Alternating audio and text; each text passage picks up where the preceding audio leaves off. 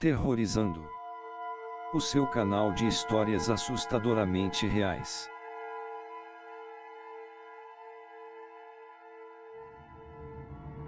Quando eu era mais jovem, uma mulher aqui da vizinhança roubou uma hóstia durante a missa, por um motivo bizarro. A tal mulher já era mal falada na rua, pois tinha uns costumes estranhos, como por exemplo, acordar no meio da madrugada e conversar com as plantas. Um dia desses, eu mesmo vi, quando voltava da escola, a tal senhora em pé no jardim, sozinha, falando com um botão de rosa.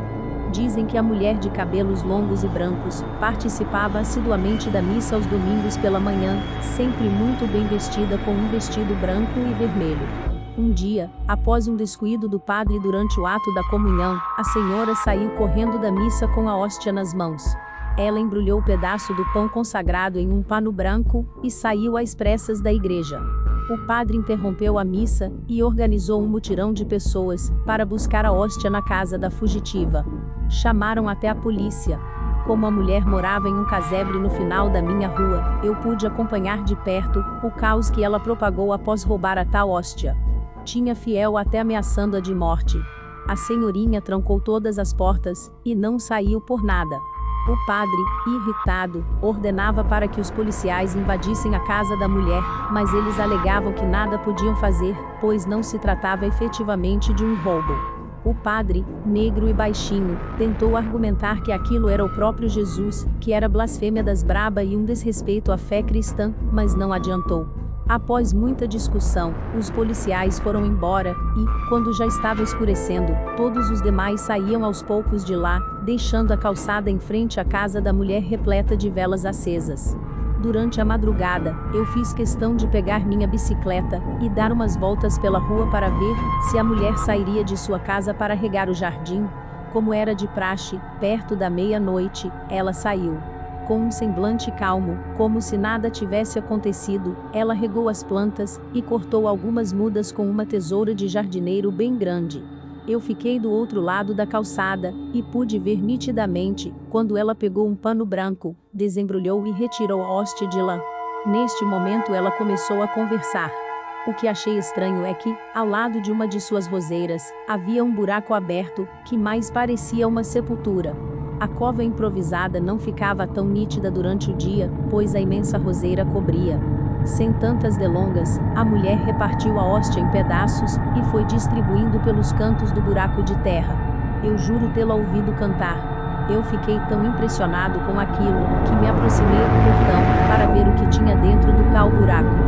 Não acreditei quando vi um pano branco, como se fosse um corpo enrolado lá dentro. Suspirei alto e isso foi o suficiente para a senhora virar para trás. Não sei se vi errado, mas me pareceu que seus olhos estavam brancos, da cor da hóstia. Corri para casa e liguei para a polícia. Em menos de 10 minutos, a viatura estacionava em frente à casa dela e, dessa vez, arrombaram tudo. Fiquei de longe observando. Não demorou muito para o padre chegar e entrar apressado no quintal da mulher. Ele vestia uma estola na cor vinho e carregava uma Bíblia imensa nas mãos. Ficaram lá por cerca de 2 horas e a rua se encheu de gente curiosa. A senhora foi levada na viatura, quieta e de cabeça baixa. Seu cabelo, grande e grisalho, cobria seu rosto enrugado. A casa ficou um poço de breu e silêncio. O pano branco já não estava mais no buraco. Dias depois, a bendita fofoca da vizinhança contava o que estava enterrado em seu jardim. Fetos. Muitos fetos. A mulher realizava abortos nos fundos de casa e enterrava os bebês mortos em seu quintal. Talvez isso explique o motivo dela ter repartido a hóstia em pedacinhos. Fiquei sabendo que ela não ficou presa e se mudou de casa. Nunca voltou para buscar nada do casebre e ninguém sabe para onde ela foi.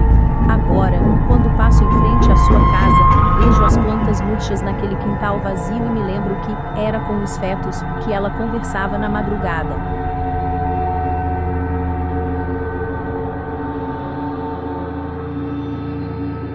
Minha história sobre a casa em que morei até os 5 anos. Meu pai morou lá depois do divórcio e eu a visitava com frequência.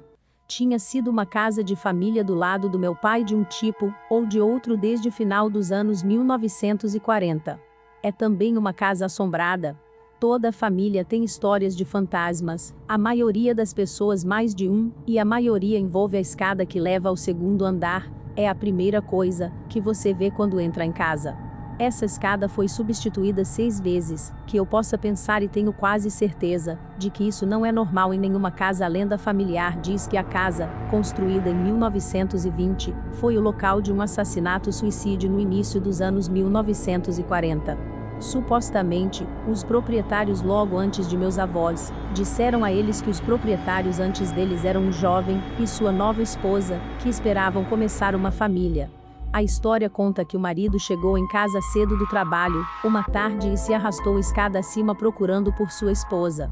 Um dos quartos tem uma porta que se abre diretamente para o topo das escadas, que também era meu quarto quando criança nos anos 70. Enquanto ele sobe as escadas, ele é presenteado com uma visão cada vez maior de sua esposa e do vizinho, se divertindo na cama de hóspedes. Em vez de gritar ou qualquer coisa, ele calmamente desce as escadas e vai para a sala dos fundos. Pega seu rifle de caça e depois volta para cima, onde mata sua esposa e o vizinho. Ele então calmamente pega um pedaço de corda da garagem e se enforca no corrimão do segundo andar na escada. A casa ficou vazia por um tempo. A família seguinte, aqueles que venderam a casa para meus avós, comprou a casa muito barato, refez a escada número 2, e supostamente viveu lá 18 meses antes de decidir vender. Meus avós não pensaram muito nisso, principalmente porque eles iam ter um bebê e já tinham 3 filhos, a casa era barata e eles eram pobres. Eles passaram a ter 9 filhos no total, e cada um dos meus tios e tias tem histórias sobre fantasmas naquela casa. Eu tenho mais de 40 primos e todos eles têm histórias sobre fantasmas e eventos inexplicáveis na casa. A maioria das histórias envolve ver um homem enforcado, ou uma forma escura na escada, uma jovem nervosa no segundo andar, ou uma mulher mais velha, que tende a crianças dormindo. Algumas experiências envolvem ocorrências estranhas, como móveis e itens, que se movem ou quebram, quando ninguém está na sala. Algumas das histórias são assustadoras, outras legais, mas todo mundo tem pelo menos uma, e geralmente várias histórias de suas próprias experiências. Depois de terminar o ensino médio, eu estava entrando e saindo da faculdade, e entrando e saindo de empregos. Por um curto período de tempo, morei nesta casa durante um verão, quando estava procurando emprego. Meu avô e meu pai tecnicamente moravam lá, mas ficavam com outros membros da família, namoradas, e quase nunca estavam em casa. Uma amiga estava comigo na noite em que uma merda estranha aconteceu. Ela não morava oficialmente lá, mas basicamente morava comigo. Eu tinha contado a ela sobre todas as histórias de fantasmas e merdas paranormais, e decidimos desenterrar o tabuleiro Ouija da minha avó, o mesmo que tenho agora, e tentar entrar em contato com os espíritos. Tiramos tudo, colocamos os dedos na prancheta, e nada acontece, a prancheta não quer se mexer. Então, arrumamos o clima, pegamos o incenso, acendemos velas, ainda nada acontece. Agora estou entediada, são 3 da manhã, horário de verão em São Paulo, e meio abafado e quente por dentro, e decido que quero ir para a varanda dos fundos, onde está mais fresco, e olhar as estrelas. Minha amiga concorda, e nos levantamos, deixamos o tabuleiro Ouija na cama, e enquanto pegamos os sapatos ouvimos algo cair da cama. É a prancheta. Nós duas pulamos, e depois rimos, porque estava obviamente na beirada, e simplesmente caiu, mas nós duas tínhamos certeza de que a prancheta não estava nem perto da beirada, e estava no meio da cama. Nós tentamos dar de ombros nervosamente, e então ficamos tipo, talvez ele queira falar conosco. Apenas sendo bobas, decidimos fazer mais uma pergunta antes de sairmos. Desta vez a prancheta quer se mover e começa a circular assim que nossos dedos a tocam. Antes de terminarmos a pergunta qual é o seu nome, ela vai para não. Nós rimos, ok, você não quer nos dizer seu nome, e fazemos outra pergunta, quantos anos você tinha quando morreu? A prancheta desliza rapidamente pelo tabuleiro para não. Tudo bem, que mensagem você tem para nós? Mais uma vez, vai fortemente para não. Eu estou imaginando que é minha amiga empurrando, porque isso não é uma tentativa fraca, se movendo no tabuleiro, é forte e ela é conhecida por brincar assim. Então eu basicamente pego a prancheta e meio brincando meio, a sério a jogo ao lado dela na cama. Eu estava um pouco irritada com ela por empurrar e não dar uma chance. Além disso, se você vai estar tão obviamente empurrando a prancheta, você deveria pelo menos tornar as respostas interessantes. Então eu digo já terminei, foi divertido, mas vamos beber cerveja na varanda dos fundos. Assim que me levanto, ouvimos o som de uma porta batendo no andar de baixo com tanta força, que as janelas chacoalharam com a força dela. Há apenas 3 portas no andar de baixo. As da porta da frente e da sala dos fundos estavam fechadas e trancadas há horas. E a porta do banheiro era uma merda e mal podia fechar, e muito menos bater. Nenhum de nós quer verificar o que fez o barulho, mas saímos do quarto e vemos que a escada está estranhamente escura, como se as sombras se acumulassem ali, e quase parece que aquela parte do quarto está bem mais escura que o resto. Está tão escuro, como breu na escada, que não consigo ver além do primeiro degrau da escada. O resto do patamar é iluminado normalmente por algum luar que entra pela janela solitária do patamar do segundo andar. Mas parecia que aquele pedaço de luz parou assim que chegou às escadas. A nuvem escura na escada parecia se mover e mudar. Uma estranha escuridão escura que parecia espessa. Neste momento, as escadas são uma escada em espiral de ferro forjado que meu pai colocou.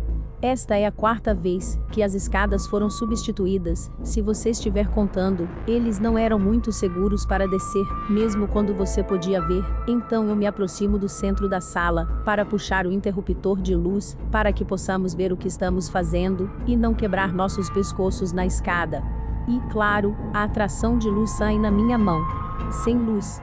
Eu olhei para minha amiga pensando, ok, as sombras pretas na escada devem ser minha imaginação, ela provavelmente pode ver muito bem, e eu a seguiria para baixo.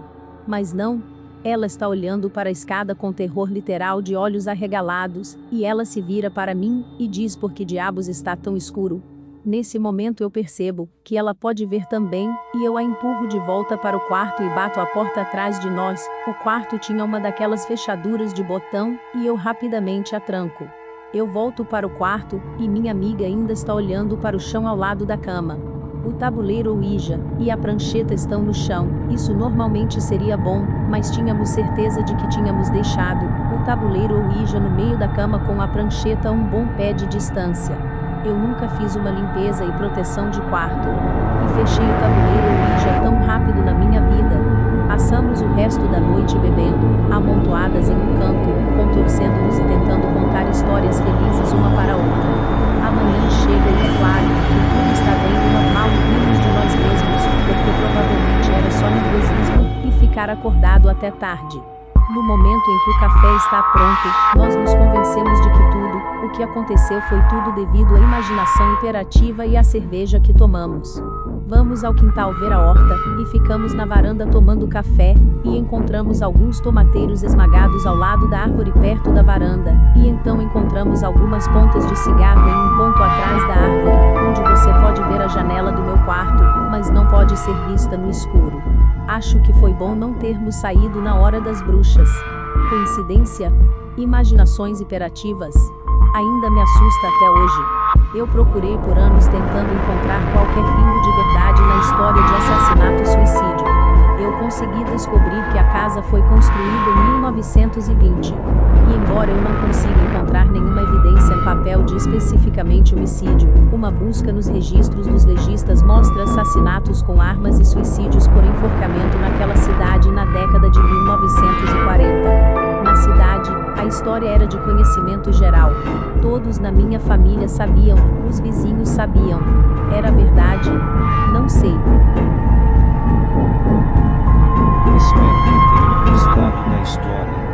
Não se esqueçam de se inscrever. Espero que ao acordar durante a noite, lembre-se que coisas assustadoras rastejam no escuro.